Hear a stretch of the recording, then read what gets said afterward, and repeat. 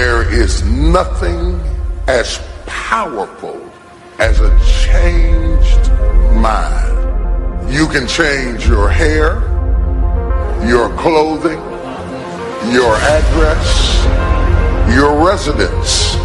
But if you don't change your mind, the same experience will perpetuate itself over and over again, because everything outwardly changed, but nothing inwardly changed. You know, nothing happens unless you change. So change is not our enemy, it's our friend. There's a season that you may go through a difficult period, but that is to wake up your ability to change. You cannot become what you were born to be unless you are not willing to change into something you are not. This is why change is so important. I like what it says here. Shakespeare says, sweet are the uses of adversity. We never grow in good times. We never advance unless we're under pressure. Change comes to improve and to advance your life, not to destroy you. I think that we often forget this. And we're going to face hardships. We can't avoid pain. We can't avoid trouble. All we can do is prepare our mindset so that we don't get overwhelmed by our circumstances. A lot of people, when they have a negative circumstance take place in their life, they react negatively to it. I mean, that seems almost natural. In fact, that is natural. Something negative happens to me, my reaction back to it is negative. But this is why you have to change your mindset. I've seen people who had the education to go up, they had the gifting to go up, they had the talent to go up, didn't have the right attitude. And eventually, if that attitude, if that heart, if that invisible part isn't right, you can have all the talent in the world, but you will always end up getting spoiled by your own attitude. Yes, you'll get the opportunity. Yes, you'll get the job. Yes, you'll get the deal, but you won't be able to keep it because your attitude will corrupt every opportunity that life offers you. Never saw it coming. Life isn't what happens to you when you're looking. What happens to you when you're looking is called a plan. Life is what happens to you when you're not looking, when your guard is down, when your back is turned. It's going to work on a Friday morning feeling good and having your boss call you in. And you know she has a look on her face and you know that look isn't good. You know the economy isn't so hard and we've got to let you go. And all you can think about are those 3 kids you have at home. You know, life is coming home from work and finding that note on the kitchen table saying, hey, I can't do this anymore. I'm sorry, I love you, but I've got to go. And you're frustrated and you're betrayed and you're furious and you're angry, but all you want to do is hold them again. All you want to do is hear those words whispered in your ear, I love you again. No, that's life. How do you handle that? How do you deal with that, those sort of situations? You see, it's been said 100 times and I'll say it again. You've got to go through it. That's all it is. You've got to go through it. And going through it is not a function of just being courageous. It's not a function of just saying, well, I'm going to close my eyes and see what happens next. It's not that. It's really a function of 3 things. It's a beginning, it's a middle, and an end. And before you go through it, there's a choice. You make a choice to say, well, I'm either going to stay here or I'm going to be over there someday, somehow. It's a choice. So going through it and thinking about these 3 steps, beginning, middle, and end, you know, you can really save yourself a lot of trouble. And you can discover something more about yourself. It's called life and it's not personal. Stuff's going to happen. And if you make it to the 40-yard line, if you can make it to age 40, between 40 and 60, it begins to intensify. All kind of things happen. Between 40 and 60, my mother was diagnosed with breast cancer and finally died. Between 40 and 60, I was diagnosed with prostate cancer. Between 40 and 60, I went through a divorce from someone that I loved very much.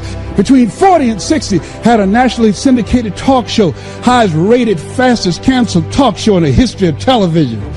Between 40 and 60, oh, life put a whooping on me. It ain't personal. It's called life. You know, I was homeless, man. I mean, you know, you're in a position where you're going, I got nowhere to go except up. I might as well keep hustling. I was in comedy. I just wasn't making nothing.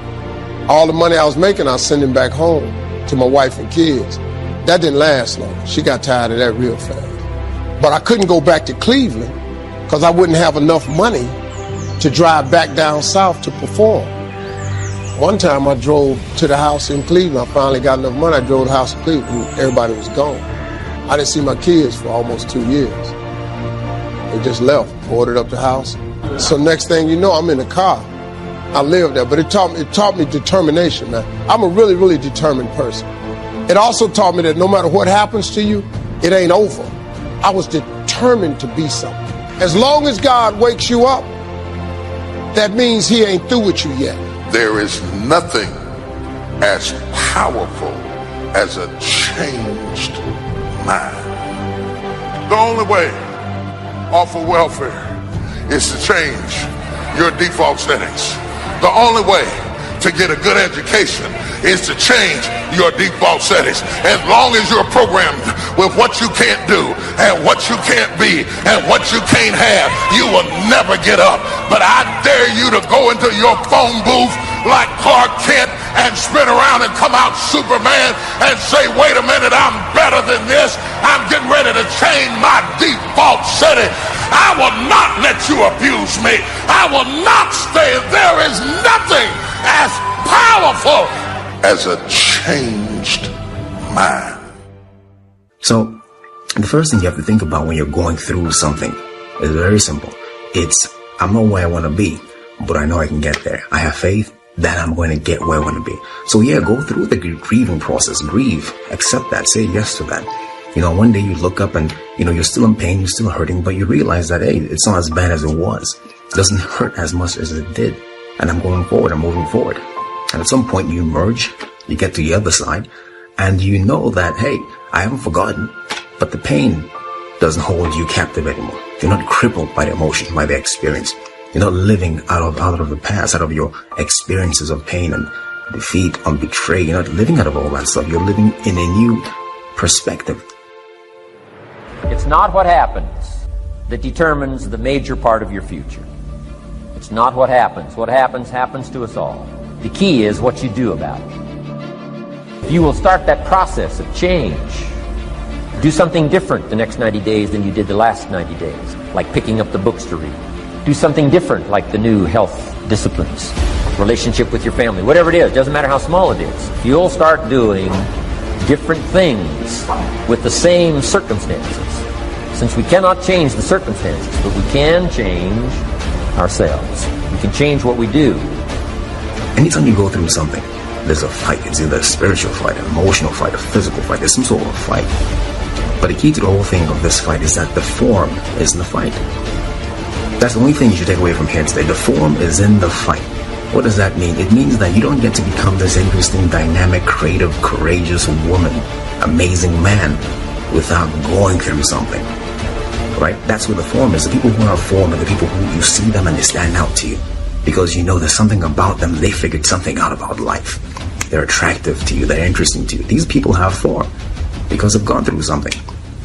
You know, so don't run away from the fight. Meaning, go through it. Don't be afraid to go through it. Get through it, because at the end of getting through it, I guarantee you there's at least one thing you discover about yourself. You discover that there's a version of you haven't discovered yet. You don't even know exists yet. It's not that you might not mess up and do what you used to do.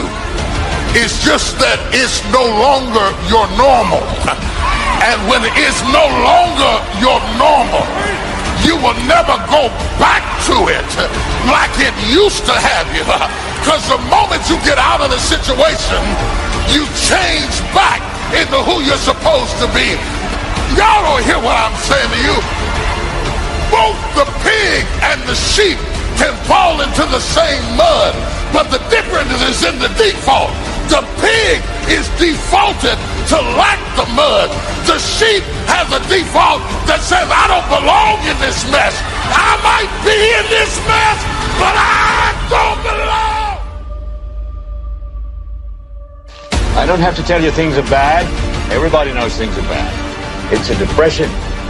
Everybody's out of work or scared of losing their job. The dollar buys a nickel's worth. We know the air is unfit to breathe and our food is unfit to eat. We sit watching our TVs while some local newscaster tells us that today we had 15 homicides and 63 violent crimes, as if that's the way it's supposed to be. We know things are bad, worse than bad. I don't want you to protest. I don't want you to riot. I don't want you to write to your congressman because I wouldn't know what to tell you to write. I don't know what to do about the depression and the inflations and the crime in the street. All I know is that first, you've got to say, I'm a human being. God damn it! My life has value!